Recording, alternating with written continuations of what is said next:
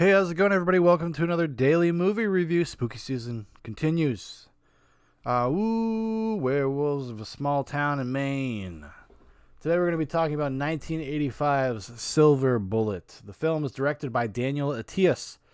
It's written by Stephen King, adapted from a novel of his own called Cycle of the Werewolf. It stars Gary Busey, Everett McGill, Corey Haim, Megan Follows, Terry O'Quinn, and others.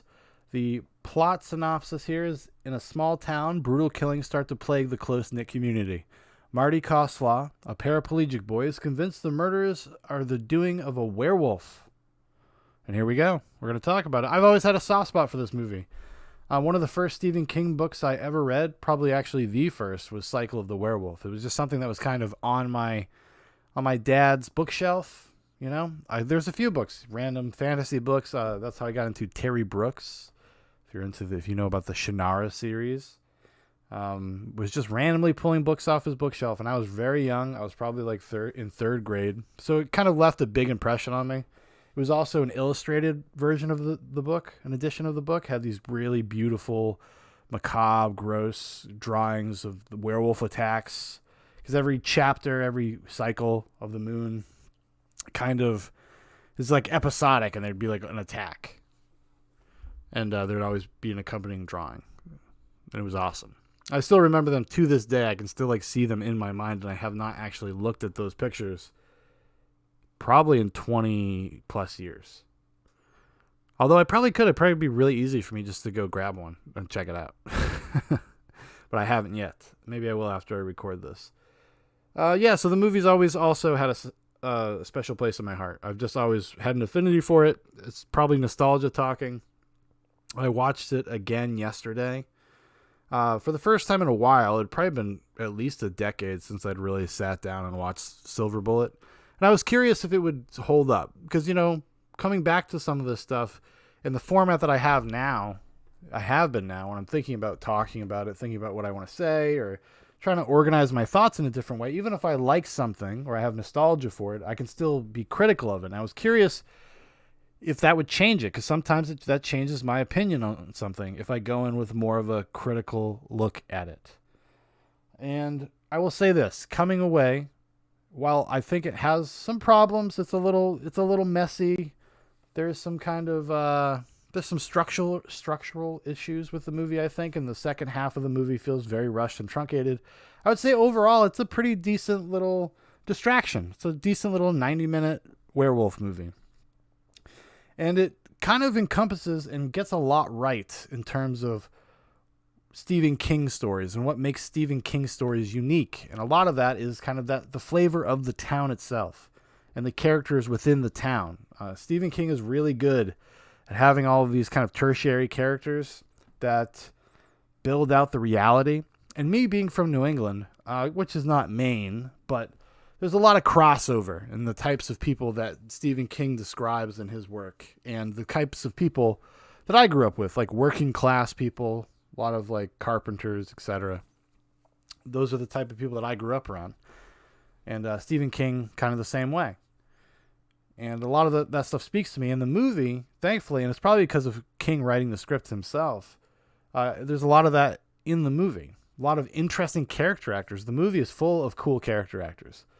Like Terry O'Quinn as the sheriff, Joe Wright, Kent Broadhurst, Lawrence Tierney is in it, William Newman. Like, there's just a lot of people that come in just for kind of little bit parts, but they make all the difference in the world. Just like really interesting faces all over the first half of the movie.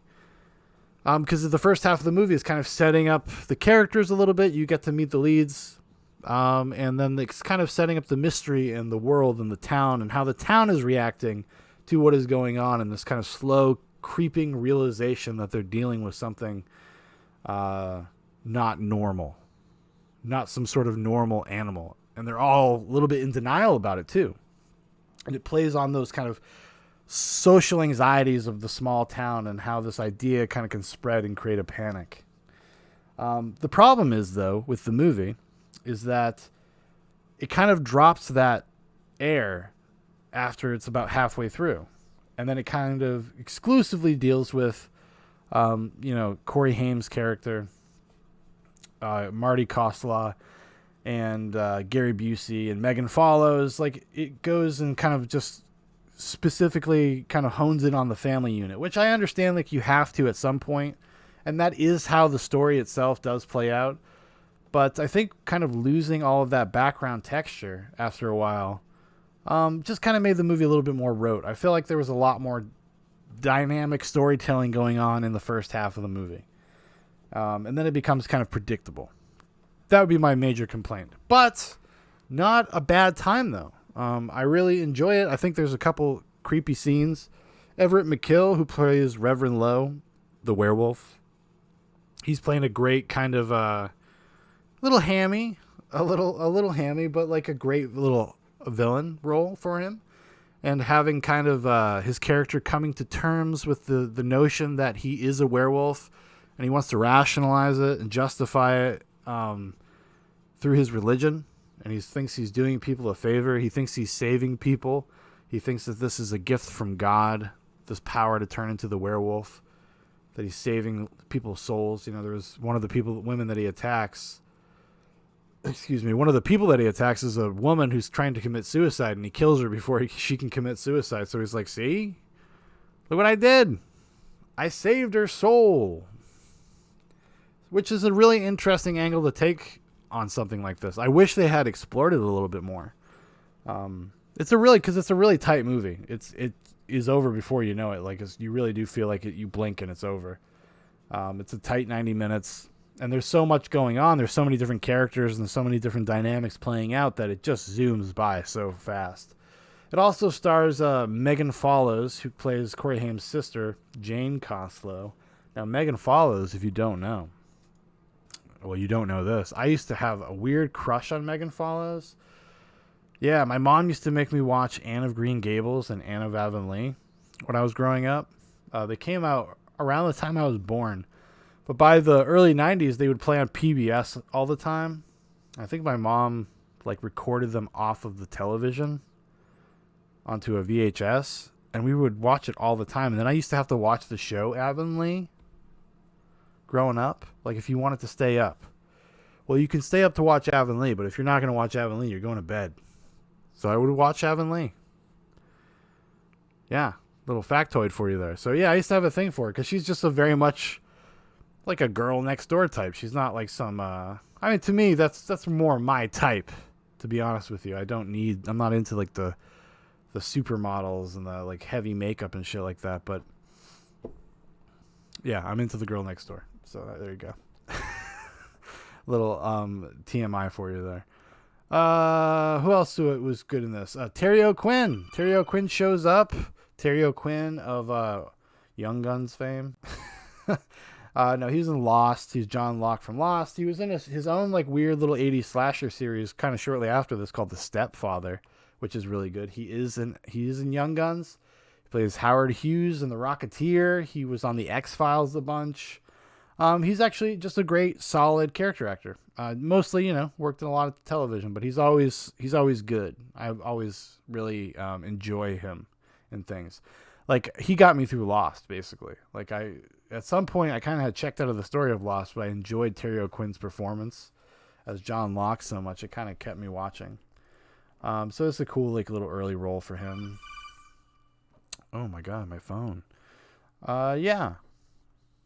Yeah, not much else to say. Gary Busey is Gary Busey. This is before his motorcycle accident, so he's not quite the crazy guy yet. But, he's not quite saying all these goofy things and being the Gary Busey that we know and love today. But he's a lot of fun in this movie. Solid, just kind of like a solid everyman. The cool drunk uncle. I don't know, it's not something that would be like socially acceptable today, but it's kind of like a normal thing back in the day. Some dudes just hanging out with a 12-year-old kid in a wheelchair getting hammered on wild turkey while they play cards.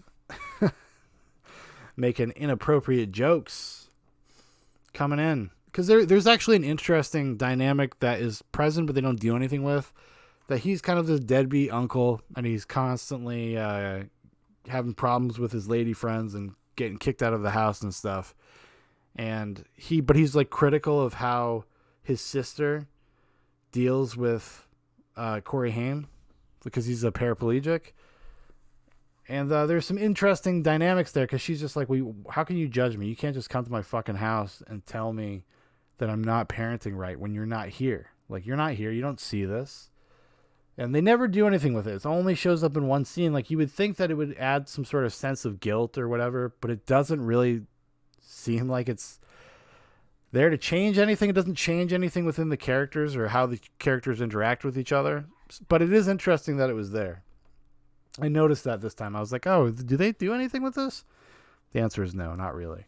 I have a feeling there's probably a lot on the cutting room floor for Silver Bullet because it's like I said, it's a tight movie. It's jam-packed, though. I mean, it's jam-packed with stuff and characters, and it actually has a surprisingly large amount of like set pieces for a movie of this size and budget. Like, but it's all pretty successful, and I think actually the special effects are pretty good.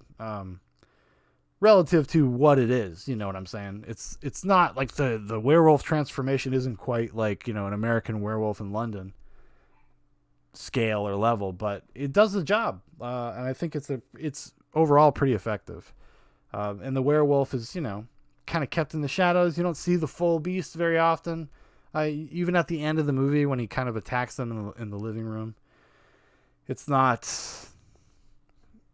They don't really show it all in its full glory. I would say it's like a step below if you've ever seen the movie Dog Soldiers,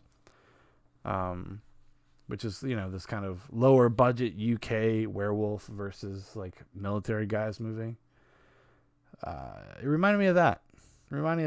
But not as good because that movie came out, 16, 17 years later. So not as good as that, but reminded me of it. But yeah. This was a nice Halloween season revisit. I really enjoyed my revisit of it. I think I'm going to check out a couple more Stephen King things. I have like these box set things. So I might check out Silver Bullets. I already watched. I think I'm going to check out Graveyard Shift, which I haven't seen in a while. I don't know. It'll pop up sometime within the next week or so, probably. Check that out. I'm a fan of the short story. I've read the short story a bunch of times. So, I've never seen the movie. I don't think I've ever actually watched the movie. So, exciting stuff in the future for you, for me, for everyone. All right, everybody, you have a great day. Remember, if you want to know more about Zoobox, everything Zoobox Nation, bunch of links in the description for Facebook, for Instagram, for my Twitter, for Dan's Twitter. Also, if you'd like to make a recommendation for one of these daily movie reviews, throw it in the comments. Try to do a horror movie. These videos are pretty close to up to date right now, so I will see them before the end of the month, and maybe I can throw something on that you might want to hear my thoughts about. All right, everybody. Goodbye.